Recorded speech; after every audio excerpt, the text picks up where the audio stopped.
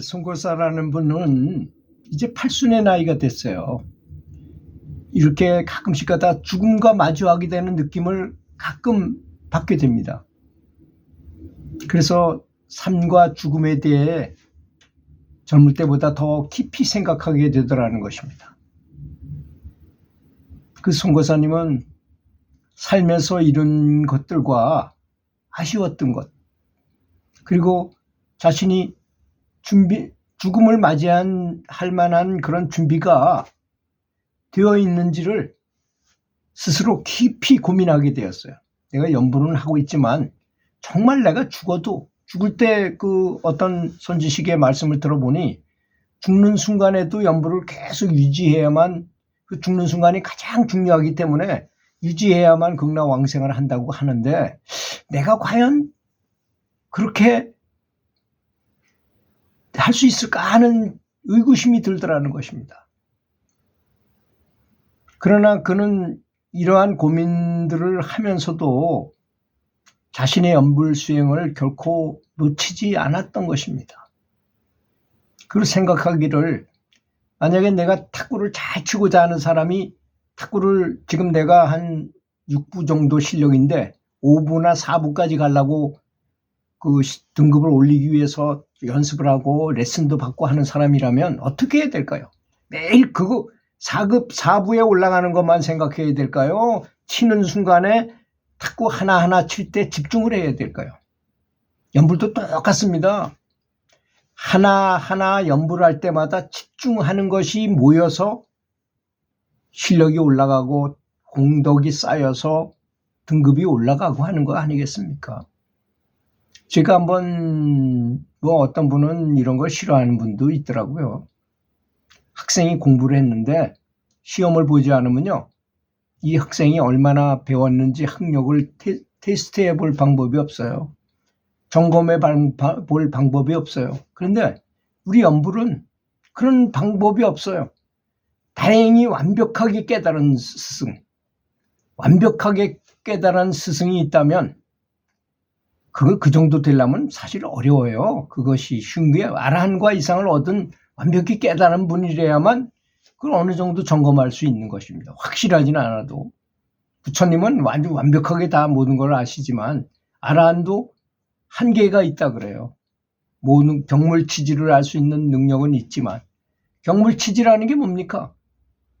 이 나무를 보면 우리는 껍데기만 보지만 수액이 흐르는 모습을 보고 뿌리까지 땅속에 묻어있는 뿌리도 다 보이고, 나무의 수액만 보려면 수액만 쫙 올라가는 건 푸른색, 내려오는 건 빨간색으로 보여라. 그럼 그렇게 볼 수 있고, 그런 걸 경물치지라고 합니다.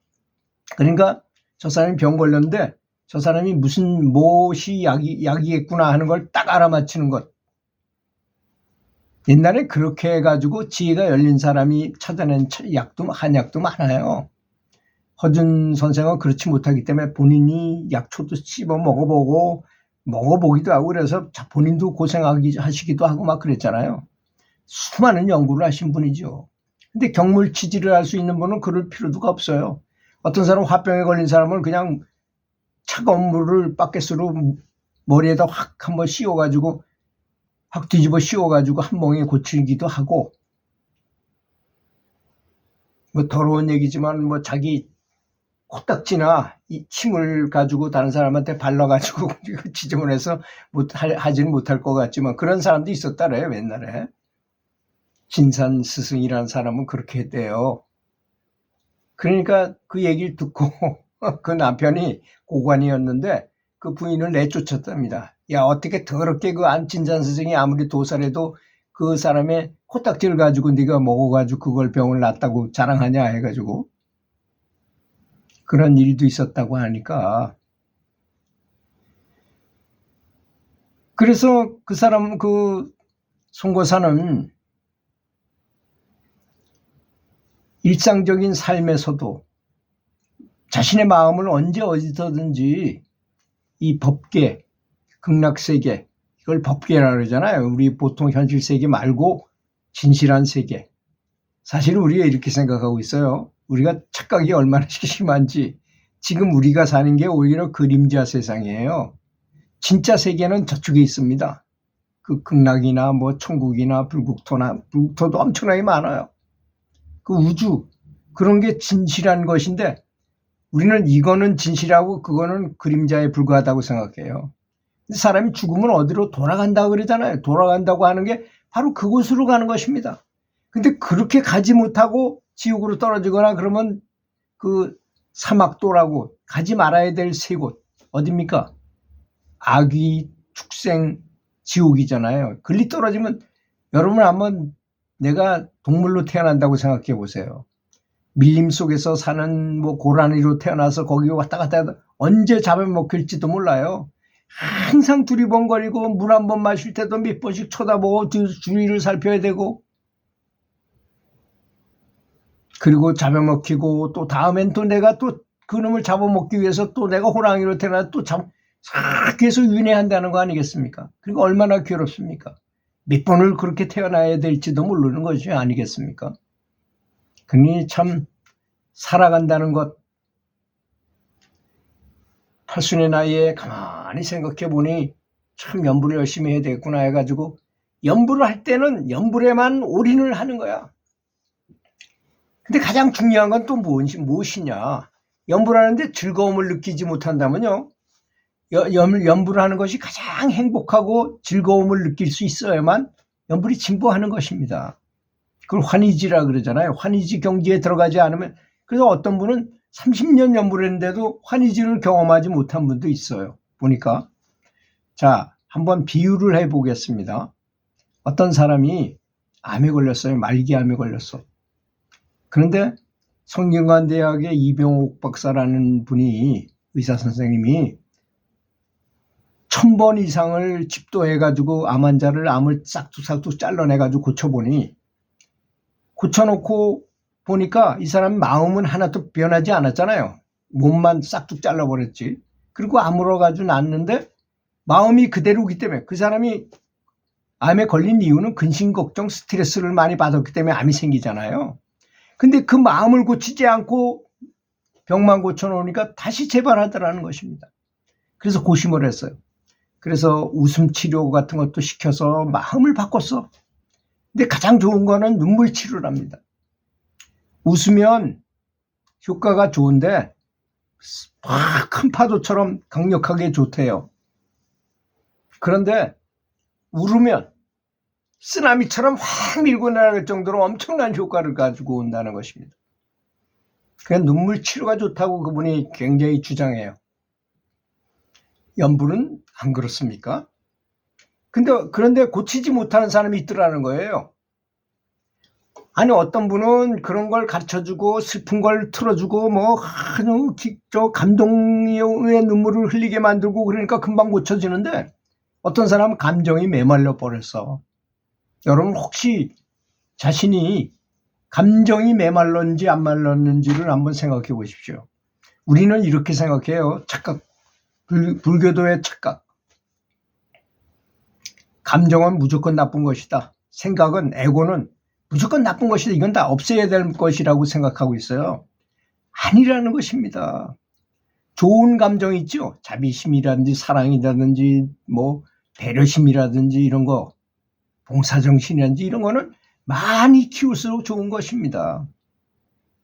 그걸 알아야 되는데 그걸 모르기 때문에 오직 연불만 한다고 생각한다 이겁니다. 그래서 그 말기암 걸린 사람이라 하더라도 많이 웃기고 많이 웃고 정말 감동의 눈물을 펑펑 흘리고 막 그렇게 감도가 좋은 사람은요, EQ가 높아, 감성지수가 높은 사람은 금방 고칠 수 있겠더라는 것입니다. 정말 말기암인데도 불구하고 고쳐지더래요. 왜? 마음도 환경이에요. 병에 걸릴 수 있는 환경에 빠져 있기 때문에 그런 건데, 싹둑 잘라 암을 딱 튀어나와서 딱 잘랐어 그걸. 그런데 마음은 그대로요. 그럼 마음이 몸을 지배하잖아요. 그걸 심신상관론이라고 합니다.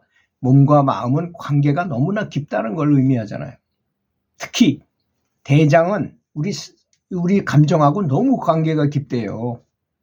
그래서 우리가 뭐 잘 알고 있는 말이지만, 황하강에서 어떤 사람이 배를 타고 가면서 원숭이 새끼를 붙들어 가지고 가면서 그러니까 그 엄마가 계속 따라온 원숭이 엄마가 따라오면서 300리를 따라왔대요. 근데 거기 고관이 타고 있다 보니까 너무했잖아요. 막 울면서 따라오는데 야, 너 인마 인간도 아니다. 자, 배 세워. 그래, 배를 딱 세웠어. 근데 그 어미 원숭이가 그렇게 먼 거리를 오다가 바위에 팍 퍼져가지고 누웠더래요. 그걸 가보니까 이미 죽었더라는 거야. 너무 힘들잖아요. 배는 빨리 가는데 그거 따라오려고 생각해 보세요. 도대체 어떻길래, 어미가 어떻길래 그러나 하고 해부를 해봤어요. 그랬더니 창자가 마디마디 다 끊어졌더라는 거예요. 그래서 애절하다는 말이 생긴 거 아니겠습니까? 그렇게 창자하고 감정하고는 관계가 엄청 깊어요. 그래서 항상 기뻐하고 항상 감사하고 이런 마음을 가져야 된다는 것은 제가 하는 말 중에 가장 많은 말이 그거잖아요. 그렇게 살아야만 된다고. 그런 환경이 아니면 연불이 진보할 수가 없기 때문에 그런 것입니다. 법칙이에요. 부처님께서도 사무량심을 그토록 주장하신 거 아니겠습니까? 그렇기 때문에.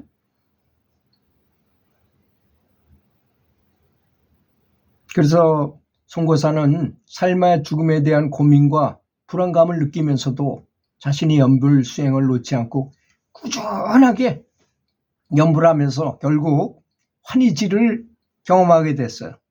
환희지를 경험하면 너무너무 행복한 거예요. 법피선열이라 그러죠. 침이 막 울컥울컥 단침이 막 나오기도 하고 향기가 맡아지기도 하고 빛이 보이기도 하고 소리가 들리기도 하고 또 몸에서 이상한 에너지가 막 왔다 갔다 하는 느낌이 들기도 하고 전기처럼 짜릿짜릿한 느낌을 받을 수도 있고 그런 현상이 일어나게 돼 있다는 것입니다.